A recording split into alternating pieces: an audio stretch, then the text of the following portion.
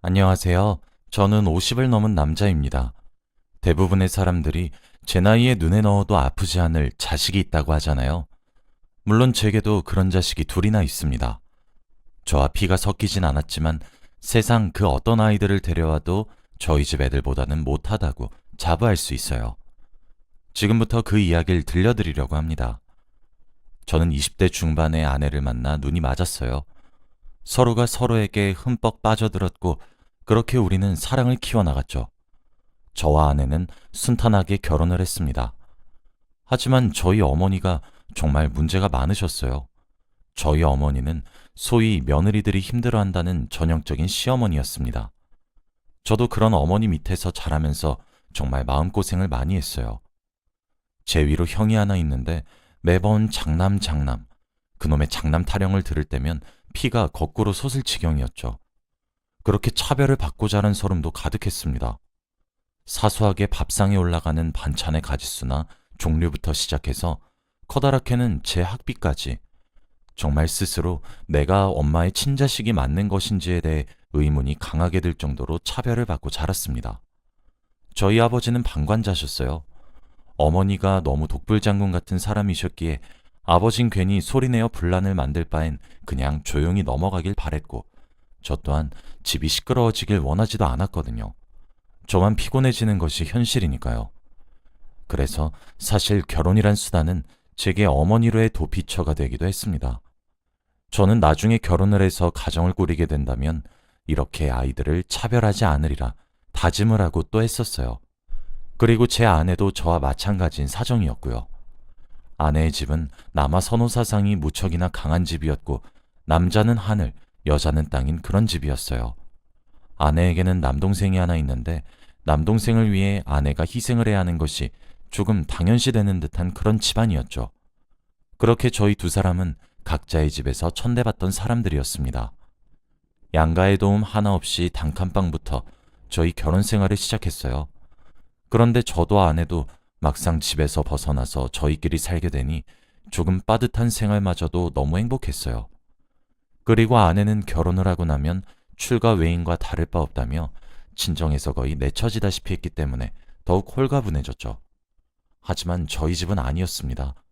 결혼을 하고 난 이후에도 참 어머니란 존재가 도대체 무엇이기에 벗어나는 것이 그렇게 쉽지만은 않았습니다. 저희 어머니는 저희 아내를 참 못살게 굴었어요. 잔심부름을 시키는 것은 다반사에 아주 일상과도 다름없었고 잊지도 않은 제사를 지내겠다고 하시면서 제기 그릇을 전부 다 깔아놓으라는 등 창틀 먼지 자국도 없애라는 등 정말 과한 요구를 미친 듯이 했어요. 그럴 때마다 저는 어머니와 맞서 싸웠어요. 제 아내를 지키기 위해서 말입니다. 하지만 소용이 없더군요. 그럴 때마다 심장을 움켜쥐고 바닥에 쓰러지면서 나 죽는다고 고래고래 소리를 지르는데 아내가 바락바락 대들고 있는 저를 만류했습니다. 자신이 참으면 된다고 하면서요. 정말 그런 어머니가 너무 창피했고 화가 났습니다. 제가 집에서 그렇게 무시를 받으니 제 아내도 같은 취급을 받는 거라 여겨져서 어찌나 미안했고 제 자신이 싫어졌는지 몰라요. 아내가 받는 취급을 보면서 저는 성공을 해야겠다고 다짐했습니다. 적어도 내 아내가 무시받게 하지 말자고 말이에요.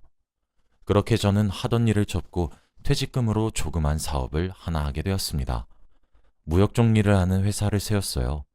제가 학창시절 중국어와 일본어를 무척이나 잘했고 거의 원어민 수준으로 가능했기 때문에 다른 나라에 수출과 수입을 하는 사업을 하나 벌였습니다. 사업을 벌일 때만 해도 어머니는 저를 무시했어요. 그럴 돈 있으면 형 뒷바라지나 하라고 하면서요. 그런데 웬걸 제 사업은 날이 갈수록 승승장구했죠. 그때 하필 수입과 수출하는 회사들의 입지가 커지기 시작했고 제가 타이밍과 시기를 잘 탄 모양이더군요. 회사는 순식간에 몸집을 불려나갔고 저와 아내는 어엿하게 20명 남짓의 직원을 부리게 되었고 사장님 사모님 소리를 듣게 되었습니다. 저와 아내의 사정은 점차 나아졌고 아내도 당당해질 수 있었습니다. 좋은 옷을 걸치고 좋은 차를 몰고 다닐 수 있게 된 거죠. 그랬더니 저희 어머니 태도를 달리하기 시작했어요. 저희 가족에게 상냥해지기 시작했죠. 하지만 그렇게 저희를 대하시는 것에서 본인이 참 많이 패배감이 느껴지셨나 보더군요. 이젠 저희 아내에게 아이 문제를 가지고 들들 볶기 시작했습니다. 사실 그 문제는 저희 부부에게도 조금 커다랗게 다가오는 문제였어요. 저희 부부는 둘 다 차별을 받고 자랐기 때문에 결혼 이후 아이를 가지려고 정말 끊임없이 시도를 했었어요. 저희끼리만의 제대로 된 가정을 꾸리는 것이 저희 두 사람의 작지만 커다란 목표였거든요. 그런데 아무리 노력을 해도 아이가 생기지 않았고 결국 함께 병원을 간 적이 있었어요. 아내와 저 둘 중 한 사람이라도 몸에 문제가 있나 싶은 걱정의 말이에요. 검사 결과 아니나 다를까 제가 무증이라고 하더라고요. 자가 아이 없는 것은 아니지만 아주 희박해서 임신을 하기는 조금 어려운 상태라고 하셨죠. 그렇게 아픈 곳을 어머니가 푹푹 들쑤셔대니 아내는 정말 커다란 상처를 입더군요. 사실 저는 그 사정들을 자세히 몰랐어요. 아내가 기를 쓰고 제게 모든 사실을 숨겨왔거든요. 그런데 하루는 아내의 휴대폰으로 확인할 것이 있어 열어봤는데 너 때문에 우리 아들 내가 끊기게 생겼다. 하자 있는 여잔 줄 알았으면 이 결혼 허락 안 했어. 양심 없는 것. 정말 이것들은 세 발의 피인 수준으로 정말 욕설이 가득하고 모욕이 짙은 문자들을 보내셨었죠. 그 문자들을 보고 눈이 뒤집어졌던 것 같습니다. 저는 아내에게 얼마나 죄스러워야 하는 것인가 생각했고 너무 미안했어요. 더 좋은 사람을 만났더라면 시댁에도 이쁨 받으며 행복하게 충분히 잘 살았을 여자인데 절 만나서 이렇게 마음고생을 하게 되는 것 같았고 아내가 그토록 아이를 가지고 싶어 했는데도 그조차도 제게 문제가 있어 아이를 가질 수 없게 되어버리니 제 존재가 아내에게 걸림돌이 된 것 같았거든요. 그래서 가뜩이나 가만히 있어도 아내에게 미안한 일들 투성인데 어머니가 기름도 붓고 불까지 지피니 제가 정말 순식간에 미친 듯이 화가 나기 시작하더라고요. 그 길로 아내가 말리는 손길도 다 뿌리친 채로 어머니 집에 갔습니다. 그리고 아주 집안을 쑥대밭으로 뒤엎었어요. 뒤늦게 쫓아온 아내가 말리고 어머니가 비명을 지르고 아버지도 제게 화를 내고 형도 미친 새끼냐고 소리를 지르는데 그때 제가 말했습니다. 본가에 들어가는 모든 금전적 지원 끊고 내 아내만 데리고 살 거니까 새 식구 알아서 살라고요. 언제부터 내가 금쪽 같은 아들 새끼였냐고 말이에요. 처음부터 제대로 공평하게 길러놓지도 않은 부모가 무슨 부모의 자격이냐고 그동안 키워준 은혜는 내가 이제껏 시댁에 보내준 그 수많은 돈으로 갚은 걸로 쳐도 남아돌 거니까 두 번 다시 제게 손 벌리지 말고 내 아내에게 모욕적이고 불쾌한 문자 및 모든 연락을 하지 말라고 말이에요. 어머니가 그러더군요. 저 여우 같은 기집애가 널 꼬드겼니? 저는 대답했어요. 이제 두 번 다시 우리 집에 엮이려고 하지 마세요. 절 그렇게 괴롭혔으면 됐지. 왜 내 아내마저 그렇게 못살게 구는 건데요? 내가 이 집안 아들이 맞긴 맞아요? 그래, 그냥 어머니 아버지 사랑에 맞지 않는 우리 집 장남 끌어안고 평생 살라고요. 맨날 첫날 다 해줄 버릇해서 자기 밥 한 끼 제대로 못 차려 먹는 머저리 같은 놈 끌어안고 살라고. 두 번 다시 이 집안에 내 돈이며 내 가족이며 엮일 일 없을 거니까 손 벌릴 생각 하지도 말고 찾아올 생각도 하지 마세요. 아시겠어요? 이 시간 이후로 내 아내든 나든 찾아오면 법적으로 대응할 거니까. 그때가 아마 난생 처음이었을 거예요. 그렇게 악다구니를 바락바락 내면서 대들어본 것이 말이에요. 사실 오냐오냐 하며 기른 저희 집 장남에게 제가 힘들게 번 돈을 다 꼬라박아도 이해했어요. 형이란 사실 하나만으로요. 그렇게 매번 오냐오냐 하니 자기 손으로 뭐 하나 제대로 할 줄 모르는 바보 천치 같은 형이어도 존중했습니다. 제 형이란 이유 하나만으로요.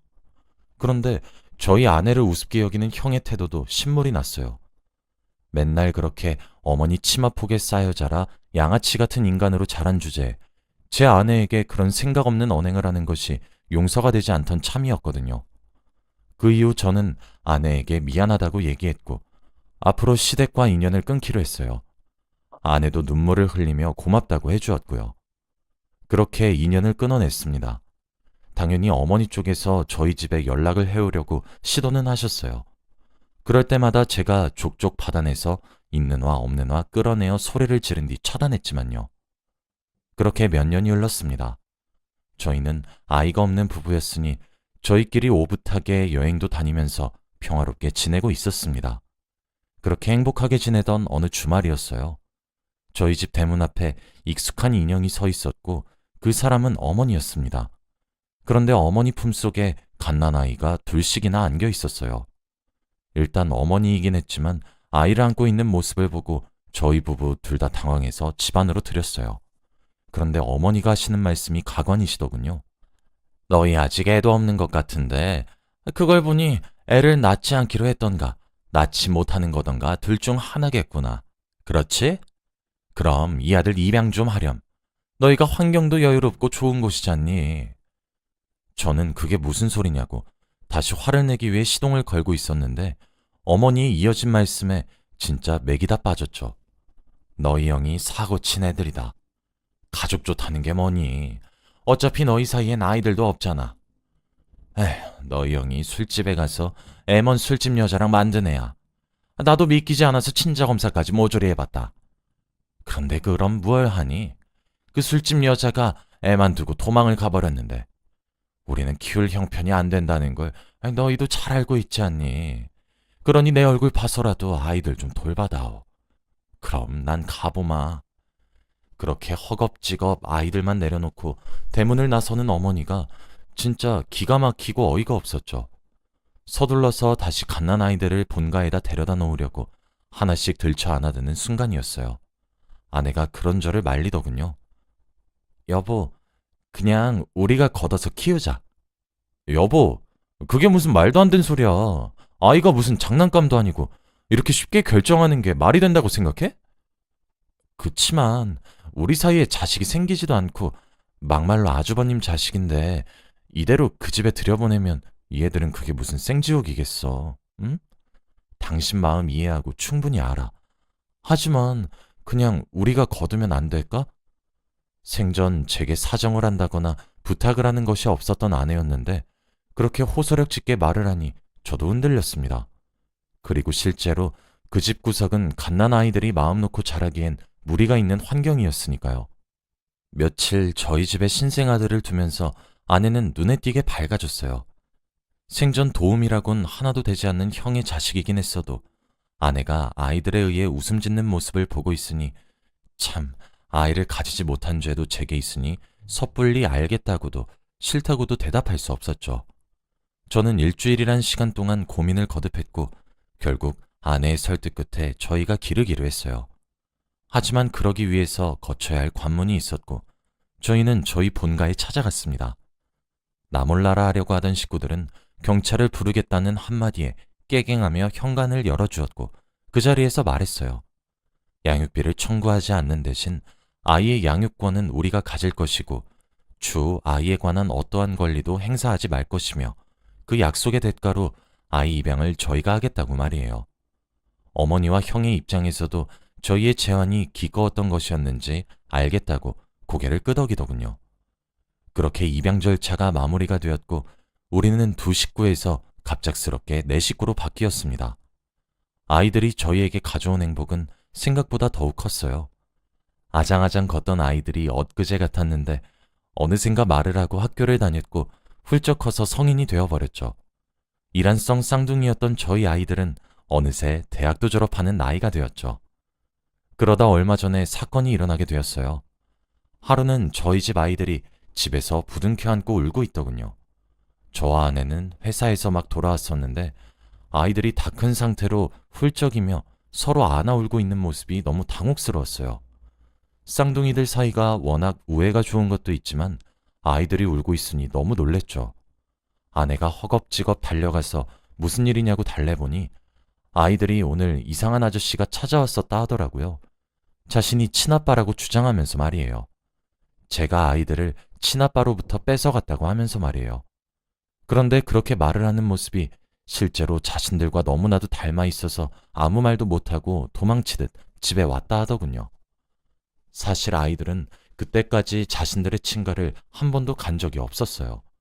제가 데려가지 않은 것도 물론 있지만 그쪽에서도 저희 집을 찾아온 적이 없었거든요. 그런데 갑자기 나타나서 친아빠인 자신을 모시라며 난데없이 윽박을 질렀다고 하더라고요. 그 모습에 겁을 집어먹은 딸을 아들이 겨우 챙겨서 데려왔고 집에 오고 나니 둘 다 긴장이 풀려서 서로 부둥켜 안고 훌쩍훌쩍 울고 있었던 겁니다. 몸은 다 컸어도 아직 아이 같은 마음이었습니다. 저와 아내는 한숨을 푹 쉬며 사실을 이야기해야겠다고 마음을 먹었어요. 이제껏 아이들이 어떻게 받아들일지 몰라 입양을 한 것이라고 차마 말을 할 수가 없었거든요. 아내와 저는 아이들을 불러 앉혀놓고 최대한 유순하고 애둘러서 그간의 사정을 설명했습니다. 아이들은 처음엔 충격을 받는 듯 하더니 모든 사실을 알고 한참을 침묵을 지키더라고요. 침묵의 시간이 길어질수록 저희 부부는 불안했는데 그것도 잠시 아이들이 울음을 왈칵 터뜨리며 저희에게 각각 한 명씩 안겼습니다. 그러면서 저희더러 하는 말이 피도 한 방울 안 섞였는데 이렇게 길러준 거였냐고 엉엉 우는데 가슴이 너무 아팠습니다. 저와 아내는 그때 말했어요. 피가 뭐가 그리 중요하겠냐고 말이에요. 저희 가족끼리 마음이 이어진 것이 더 중요하니까 앞으로 그런 부분 신경조차 쓰지 말라고. 그리고 또 그 사람이 찾아오면 우리한테 꼭 연락을 하라고 하면서 말이에요. 처음에 아이들이 사실을 알게 되고 방황을 하게 되면 어떻게 해야 하는 것인지 정말 전전긍긍하게 되었는데 저와 아내가 아이들을 그래도 잘 키워냈던 것인지 아이들은 저희에게 감사함을 느꼈고 본인들에게도 부모님은 저희뿐이라는 기특한 말까지 해주었죠. 아내와 저는 그런 아이들이 대견하고 또 사랑스러웠습니다. 그리고 저는 20여 년 만에 본가를 찾아갔어요. 안 본 사이 저희 부모님도 많이 늙으셨더군요. 내 새끼들 왜 찾아와서 행패질이냐고 물어보는 제 말에 꿀먹은 벙어리 마냥 입을 꾹 다물고 앉아있는 한심한 꼴을 한 사람이 제 형이란 사실이 어찌나 치욕스러웠는지 몰라요. 저희 부모님이 그러시더군요. 그동안 외면했으면 오래 한 것 아니냐고. 우리들도 이제 살 날이 그리 길지 않을 텐데 언제까지 안 보고 살 작정이냐고 이제 왕래하며 살자고 말이에요. 남들이 들으면 불효라고 손가락질할지 모르겠지만 저는 코웃음을 치며 거절했습니다. 저도 자식을 길러보니 알겠더라고요. 둘 다 저한테 그 어떤 걸로라도 바꿀 수 없는 귀한 자식이란 사실을요. 저는 그런데 이 집에서 귀한 자식이었던 적 한 번도 없어요. 아버지, 어머니. 그러니 효도는 그런 귀한 자식이었던 우리 집안 장남인 형께 바라세요. 전 더 해드릴 것도 없어요. 어머니는 눈물을 터뜨리시며 절 붙잡으시던데 그것조차 제 눈에 가식으로 보였다면 제가 너무 매몰찬 것일까요? 그 이후 본가에서는 다시 조용해졌고 저희 가족들은 다시 안락한 삶으로 되돌아올 수 있게 되었습니다. 이제 제게 가족이라 부를 정도의 사람들은 제 아내와 아이들밖에 없거든요. 어머니와 아버지의 행동조차도 재정적인 여유를 가진 저희 집의 사정이 부러워서 저렇게 약한 소리 하시는 걸로만 들려서 참 씁쓸하다는 생각이 먼저 드네요. 비록 하늘이 점지해 주신 천류는 제가 끊어내 버렸지만 저와 제 아내가 만든 천류는 지켜나가려고 합니다. 제 아이들도 저희처럼 언젠간 다 커서 결혼을 해서 자신들의 새로운 가정을 꾸려나가겠죠? 저와 아내는 아이들을 통해 새롭게 인생을 배웠고 사랑을 배웠으며 가정을 배웠습니다. 그리고 아이들은 저희가 알려준 인생과 사랑과 가정을 만들 테고요. 아이들이 벌써 저희 품속을 떠난다는 상상만 해도 서운하네요. 여러분들 중 자녀가 있으신 분들은 시집장가를 대체 어떻게 보내셨나요? 저는 상상만 해도 눈시울이 붉어질 것만 같은데 말이에요. 아내는 제가 이런 소리를 하면 주책맞게 한참 남은 일인데 벌써부터 그런다고 타박을 하네요. 여기까지 제 긴 이야기를 읽어주셔서 정말 감사하고 여러분들 가정엔 행복만 가득하시길 바랍니다.